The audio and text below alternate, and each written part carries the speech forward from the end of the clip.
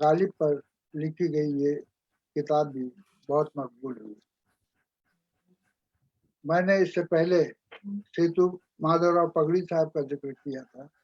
وہ بہت بڑے مورخ تھے، کم از کم 15-20 زبانیں انہیں وہ گفتگو کر سکتے تھے، اور مہاراشٹر کی تاریخ اور مغل اور مراٹھا ریلیشنز تعلقات پر انہوں نے غیر معمولی کام کیے ہیں۔ سیتو مادھو راؤ پگڑی اور ودیادھر گوکھلے نے لوک ستہ میں غالب کو جس طرح اپنے اخبار کے ذریعے عوام الناس میں تعارف کرایا، اس کا اثر یہ ہوا کہ لوگ ساتھ آتے گئے اور کارواں بنتا گیا۔ ناسک کے ایک اسکالر وسنت پودار نے بھی غالب کی شاعری سے دلچسپی لی اور مراٹھی میں غالب پر ایک کتاب سامنے آ گئی۔ یہ سلسلہ آگے بڑھتا گیا، یہاں تک کہ ڈاکٹر اکشے کمار کالے نے تقریباً 500 صفحات پر مشتمل مراٹھی میں شرح غالب لکھی۔ اسی کے ساتھ مشہور مراٹھی مترجم اور عاشق اردو، میرے عزیز دوست جو اردو شاعری کے دل دادا اور غالب کے پرستار ڈاکٹر رام پنڈت نے رشید احمد صدیقی سے لے کر موجودہ دور کے غالب شناسوں کے منتخب مضامین کا مراٹھی میں ترجمہ کیا۔ یہ کتاب ابھیلاشے کا دوسرا پاؤل یعنی تمنا کا دوسرا قدم کے نام سے شائع ہوئی۔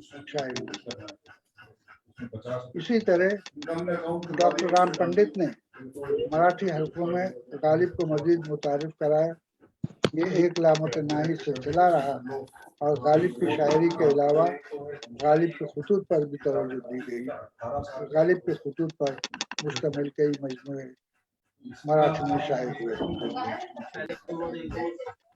اردو میں قاضی ابوالغفار نے غالب پر ایک ناول لکھا ہے۔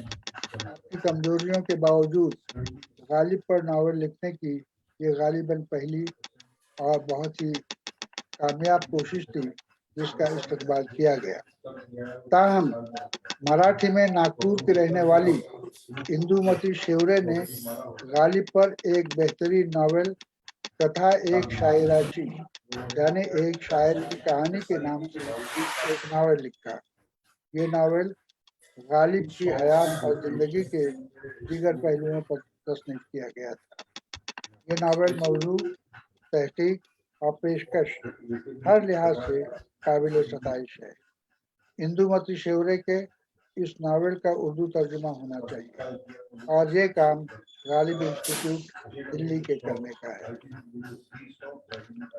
میری ایما پر اس ناول کے 2 ابواب کا اردو ترجمہ میرے دوست مرحوم اسماعیل شیخ ناگ نے کیا تھا، مگر افسوس کہ وہ ایک موذی بیماری میں مبتلا ہوئے اور یہ کام مکمل نہ ہو سکا۔ انتخاب اشعار غالب کے نام سے ڈاکٹر رام پنڈت نے بھی مراٹھی میں ترجمے کیے اور اسی طرح انتخاب دیوان غالب اور شمس الرحمان فاروقی کا مراٹھی ترجمہ ساہتیہ اکیڈمی نے شائع کیا تھا۔ اس لحاظ سے شاید یہ کہنا نامناسب نہ ہوگا کہ ہندوستان میں مختلف زبانوں میں غالب کی مقبولیت مسلم ہے۔ تاہم مراٹھی حلقے میں جس گرم جوشی، عزت اور احترام کے ساتھ غالب کی شاعری کو اپنی زندگی میں برتا اور اداریوں میں جگہ دی، غزل گائکی میں غالب کو جس طرح عوام الناس تک پہنچانے کی کوشش کی، اس کی اپنی ایک علمی، ادبی اور تاریخی حیثیت ہے۔ غالب اور غالب کی شاعری سے مراٹھی والوں کی دلچسپی، لگن اور لگاؤ اور اس سے قلم رشتہ آج بھی قائم ہے۔ ڈاکٹر نندو ململے جو ماہر نفسیات ہیں اور جنہوں نے بمبئی کے مشہور سائن ہاسپٹل سے نفسیات کی سائیکیٹرسٹ کی ڈگری حاصل کی اور جو فی الوقت ناندیڑ میں علاج و معالجے میں مصروف ہیں، انہوں نے ادب، شاعری اور موسیقی سے گہرا لگاؤ ہے۔ انہوں نے اپنی حالیہ کتاب مرزا غالب درد کا شاعر میں غالب کا نفسیاتی مطالعہ پیش کیا ہے اور غالب کی غزلوں کا مراٹھی ترجمہ دی۔ یہ کتاب حال ہی میں یعنی دسمبر 2020 میں شائع ہوئی۔ یہ 190 صفحات پر پھیلی ہوئی 2 حصوں پر مشتمل کتاب ہے۔ ایک قید حیات بندغم جو غالب کی حیات کا سفر نامہ ہے اور اس کا دوسرا حصہ شکست کی آواز کے عنوان سے موسوم ہے۔ ایک ماہر نفسیات ڈاکٹر ململے کا غالب سے متعلق یہ کارنامہ ایک انتہائی خوش آئند کارنامہ ہے۔ میرے دوست اردو کے مشہور نقاد اور ہندی کے ودوان پروفیسر صادق نے جو مجھے معلومات فراہم کی ہیں اس کے مطابق الہ آباد کی ہندوستانی اکیڈمی نے غالب کے خطوط 2 جلدوں میں شائع کیے ہیں۔ ہندی میں دیوان غالب کے بے شمار ایڈیشن شائع ہو چکے ہیں اور اسی طرح سنسکرت میں پنڈت جگن ناتھ پاٹھک نے پورا دیوان غالب ترجمہ کر کے شائع کرایا ہے۔ یہ ترجمہ منظوم ہے۔ غالب کی مشہور فارسی مثنوی جو اپنے ملک کے تئیں اردو والوں کی رواداری، محبت اور احترام کی وجہ بنی، وہ مثنوی چراغ دیر ہے۔ اس کے اردو میں بھی ترجمے ہوئے ہیں۔ پروفیسر صادق نے مثنوی چراغ دیر کا ہندی ترجمہ موک چھند کویتا کے فارم میں کیا تھا جس میں صوتی آہنگ بھی رکھا گیا ہے۔ یہ ترجمہ 2008 میں راج کمل پرکاشن نئی دلی سے شائع ہوا تھا۔ اسی ترجمے کی بنیاد پر کیا ہوا ایک انگریزی ترجمہ حال ہی میں پینگوئن نے شائع کر کے پوری دنیا میں پھیلا دیا۔ مراٹھی میں ڈاکٹر رشی کانت ٹھکر نے پروفیسر صادق کے ترجمے ہی کی بنیاد پر چراغ دیر کا ترجمہ کیا ہے جو زیر اشاعت ہے۔ ڈاکٹر صادق کا یہ بھی بڑا کام ہے کہ انہوں نے غالب پر 2 دستاویزی فلمیں بھی بنائیں جو ٹیلی کاسٹ ہو چکی ہیں۔ غالب اکیڈمی نے بھی دوسری زبانوں میں کچھ ترجمے کیے ہیں۔ دراوڑی زبانوں میں کنڑ اور تیلگو کے بارے میں اس سے قبل گفتگو ہو چکی ہے۔